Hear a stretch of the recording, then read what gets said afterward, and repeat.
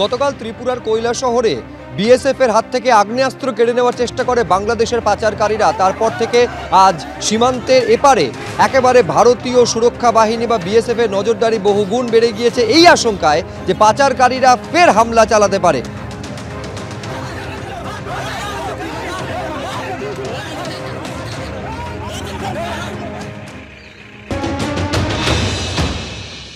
বাংলাদেশি পাচারকারীরা ভারতের বিএসএফ জওয়ানদের হাতিয়ার কেড়ে নেওয়ার চেষ্টা এবং তাদেরকে আঘাত করার ঘটনার খবর ছড়িয়ে পড়ার সঙ্গে সঙ্গে বাংলাদেশিরা কিন্তু উল্টো বিএসএফকে অভিযোগের কাঠগড়ায় দাঁড় করানোর চেষ্টা করেছে, যা বিএসএফ এর বক্তব্য একেবারে মন গড়া। কিন্তু তারপরেও বাংলাদেশি পাচারকারীরা উল্টো হামলা করতে পারে এই একটা আশঙ্কা কিন্তু রয়েছে এই কাঁটাতারের এপারে যারা রয়েছেন ভারতীয়দের মধ্যে। এই ঘটনা নজরে রেখে একেবারে কড়া নজরদারি রেখেছে বিএসএফ জওয়ানেরা।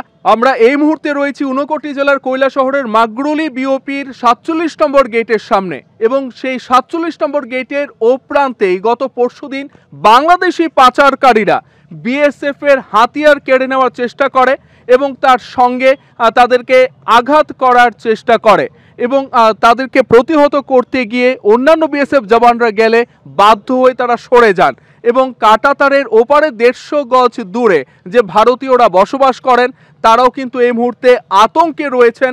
যে কোনো সময় বাংলাদেশি পাচারকারীরা যে কোনো ধরনের অঘটন ঘটিয়ে দিতে পারে এই আশঙ্কায়। ঊনকোটি জেলা থেকে প্রসেনজিৎ সাহা, এবিপি আনন্দ। ত্রিপুরার এই সীমান্তবর্তী এলাকা ঊনকোটিতে গতকাল যেভাবে হামলার ঘটনা কার্যত ঘটেছে, বিএসএফকে আক্রান্ত হতে হয়েছে, তাদের কাছ থেকে আগ্নেয়াস্ত্র ছিনিয়ে নেওয়ার চেষ্টা করেছে বাংলাদেশি পাচারকারীরা। আমি আরেকবার রাখবো সেই ভাইরাল ভিডিও।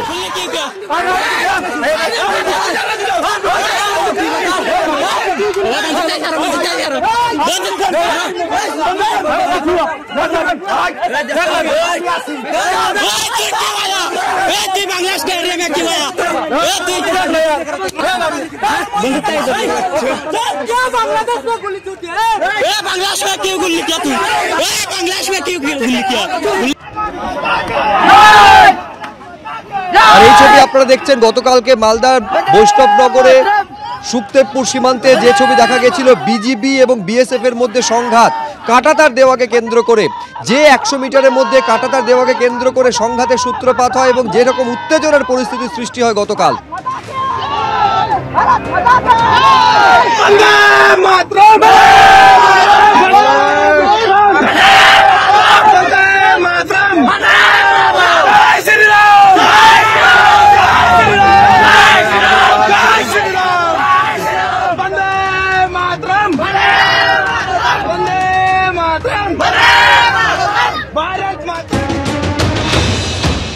আমরা এই মুহূর্তে দাঁড়িয়ে রয়েছি ঠিক বাংলাদেশ বর্ডার থেকে কয়েক হাত দূরে। যেখানে আমরা দাঁড়িয়ে রয়েছি সেটি হচ্ছে বাকরাবাদ পঞ্চায়েতের সুখদেবপুর, মালদা জেলার ঠিক এইখানেই গতকাল সকাল থেকে প্রায় সন্ধ্যা পর্যন্ত একেবারে ফেন্সিং দেওয়াকে কেন্দ্র করে বাংলাদেশের ফোর্সের সাথে বিএসএফ এর তরজা চলে এবং এই তরজা পরবর্তীকালে কিন্তু গড়ায় যে দুই দেশের গ্রামবাসীদের মধ্যে বচসা পর্যন্ত সেই বিষয়টি গড়ায়। এবং আমরা এই মুহূর্তে যেখানে দাঁড়িয়ে রয়েছি দেখা যাচ্ছে সেখানে কিন্তু ফেন্সিং দেওয়ার কাজ এখন চলছে।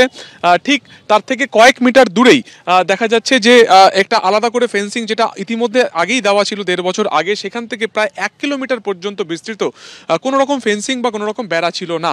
অন্যদিকে বাংলাদেশের এই উদ্ভূত পরিস্থিতিতে যেখানকার গ্রামবাসীদের যেটা বক্তব্য যে সেখান থেকে কিন্তু অনুপ্রবেশ মাঝে মধ্যেই হচ্ছিল, সেই অনুপ্রবেশ রুখতে গতকালকে নিজেদেরই যে সীমানা রয়েছে সেখানে বিএসএফ এর তরফে কেন্দ্রীয় সরকারের পূর্ত দপ্তরের মারফত সেখানে ফেন্সিং দেওয়ার কাজ সেখানে চলছিল। কিন্তু যখন সেখানে সেই ফেন্সিং দেওয়ার কাজ চলছিল সেই সময় যেটা অভিযোগ যে বিজিবির তরফে এবং তাদের সাথে পরবর্তীকালে যোগদান করে বাংলাদেশের বাসিন্দারা, তারা সেখান থেকে উত্তপ্ত বাক্য বিনিময় করতে থাকেন। তারা কিন্তু সেখানে অস্ত্র নিয়ে তারা হামলার জন্য বারবার হুমকি দিতে থাকেন। ঠিক সেই সময় যেখানে আমরা এই মুহূর্তে যে জমিতে দাঁড়িয়ে রয়েছি এখানে এই সুখদেবপুর অঞ্চলের যারা গ্রামবাসীরা রয়েছেন তারা সেখানে এসে জড়ো হন এবং এখান থেকে তারাও পাল্টা কিন্তু সেই হুমকির তারা প্রতিহত তারা চেষ্টা করেন। কিন্তু পরবর্তী সময় যেটা দেখা যায় যে সেই উত্তেজনা প্রায় সন্ধ্যা পর্যন্ত চলে।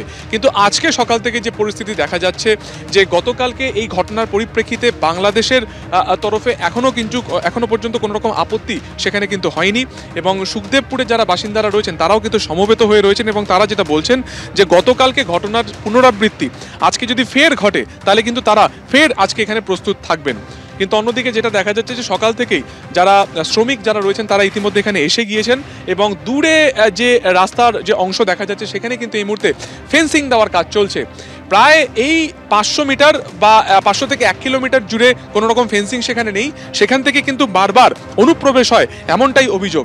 এবং আজকে বিএসএফ এর তরফে যারা কর্তা ব্যক্তিরা রয়েছেন তারা ইতিমধ্যে এখানে এসেছেন, এবং এখনো পর্যন্ত উত্তেজনা না থাকলেও সুখদেবপুরের যারা বাসিন্দারা রয়েছেন তারা কিন্তু একেবারে প্রস্তুত হয়ে রয়েছেন। ক্যামেরায় স্বপন মজুমদারের সঙ্গে সুকান্ত মুখোপাধ্যায়, এবিপি আনন্দ। অর্থাৎ গতকাল সংঘাতের পরিস্থিতি তৈরি হলো, তারপর সীমান্তবর্তী 1 কিলোমিটার এলাকা জুড়ে ফেন্সিং বা বেড়া দেওয়ার কাজ, কাঁটাতার দেওয়ার কাজ বিএসএফ এর তরফে আজকে করা হলো। এই নিয়ে বিজেপি এবং তৃণমূলের তরফে কে কি বললেন দেখুন।